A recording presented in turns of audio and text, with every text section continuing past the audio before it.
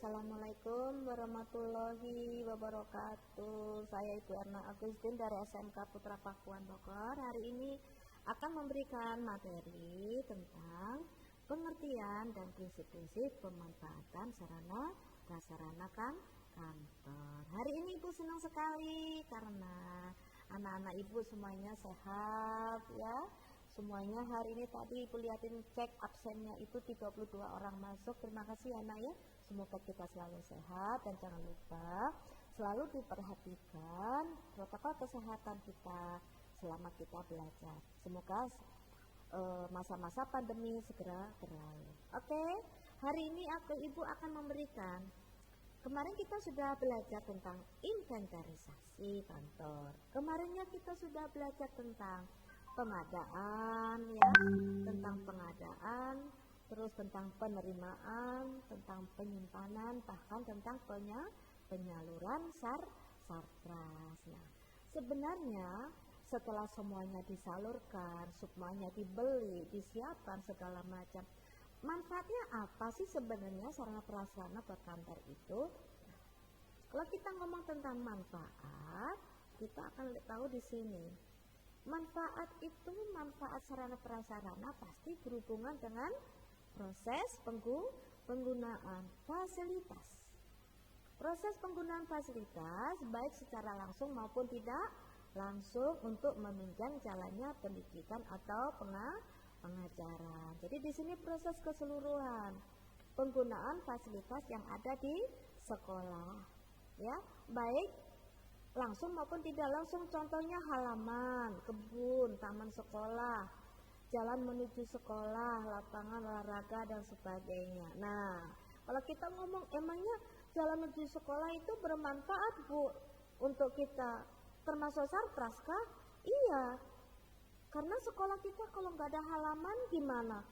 Turun angkot langsung ketemu pintu kan tidak, pasti ada halamannya, ada taman di saat kita bisa duduk, kita bisa belajar ya, kita bisa bertemu dengan teman-teman, belajar di luar kelas. Terus ada lapangan olahraga, kan nggak ada hubungan dengan pelajaran Ibu, ada, ya kita pakai lapangan olahraga untuk apa? Untuk kita kumpul-kumpul, latihan menjadi MC, latihan kita ngobrol di sini menjadi apa? Pemimpin dan sebagainya. Jadi bukan hanya dipakai untuk olahraga saja, tapi lapangan olahraga, jalan menuju sekolah itu dipakai juga untuk belajar. Jadi ada manfaatnya, oke? Terus di sini juga ada prinsipnya.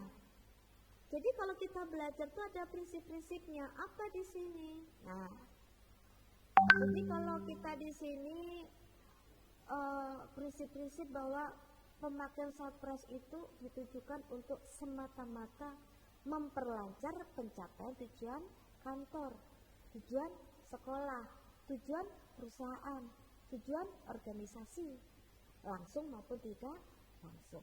Jadi kalau kita ngomong tentang prinsip efektivitas itu berupa apa ini? Menghindari pemborosan. Pertanyaannya, apa benar ada pemborosan di kantor? Banyak. Pemborosan di rumah banyak, ya. Pemborosan di sekolah ada. Ya. Jadi ada prinsip pemanfaatan sarana prasarana tadi. Yang pertama tadi efektif, untuk hanya semata-mata mencapai tujuan. Ya, semata-mata untuk mencapai tujuan, bukan yang lain-lain. Itu namanya efektif. Dan tidak ada namanya pemborosan. Pemborosan dalam apa? Tuh, sikap kurang peduli dan tidak jujur.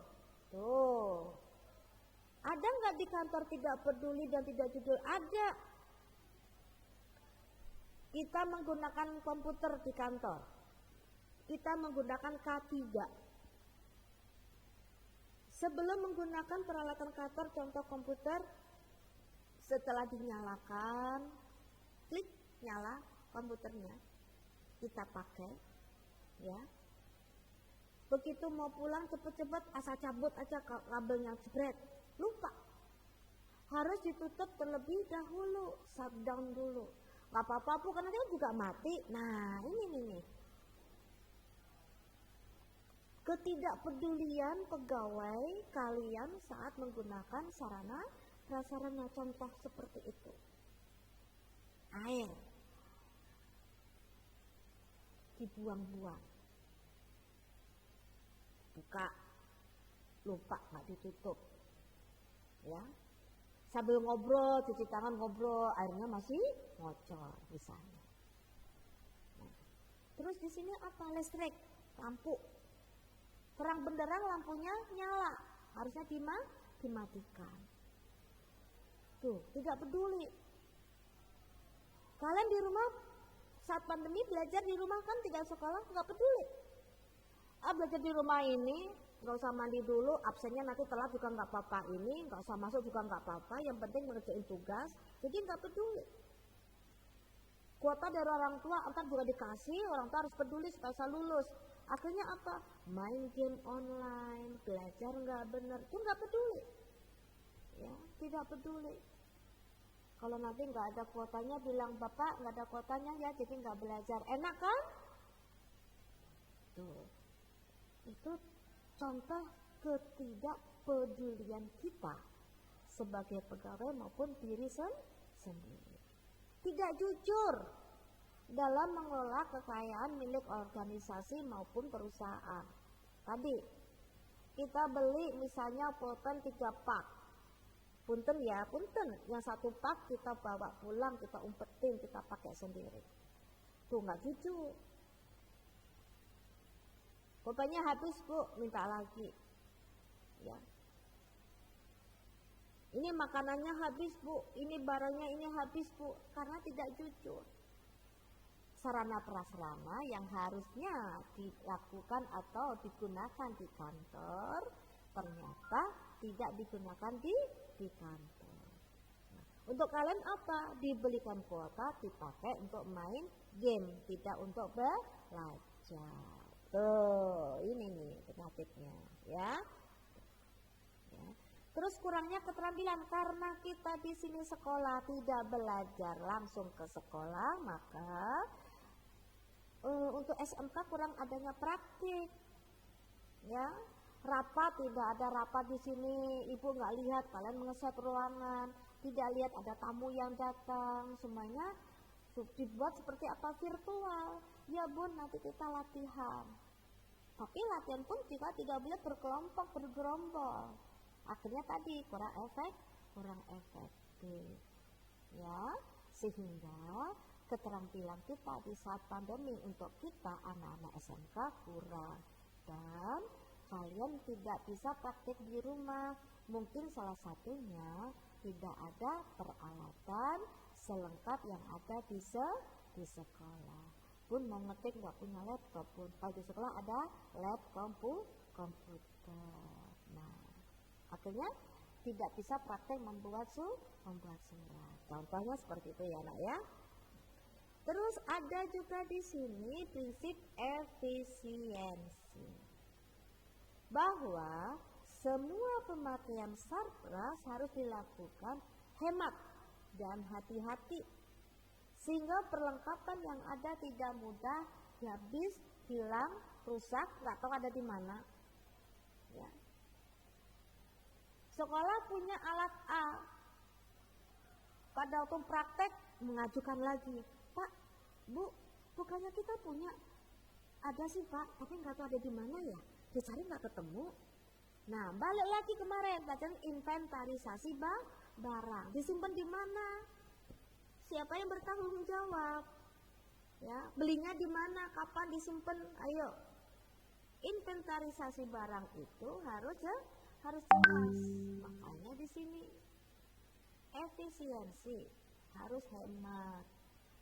Jangan sampai barang ini pecah, perhatian.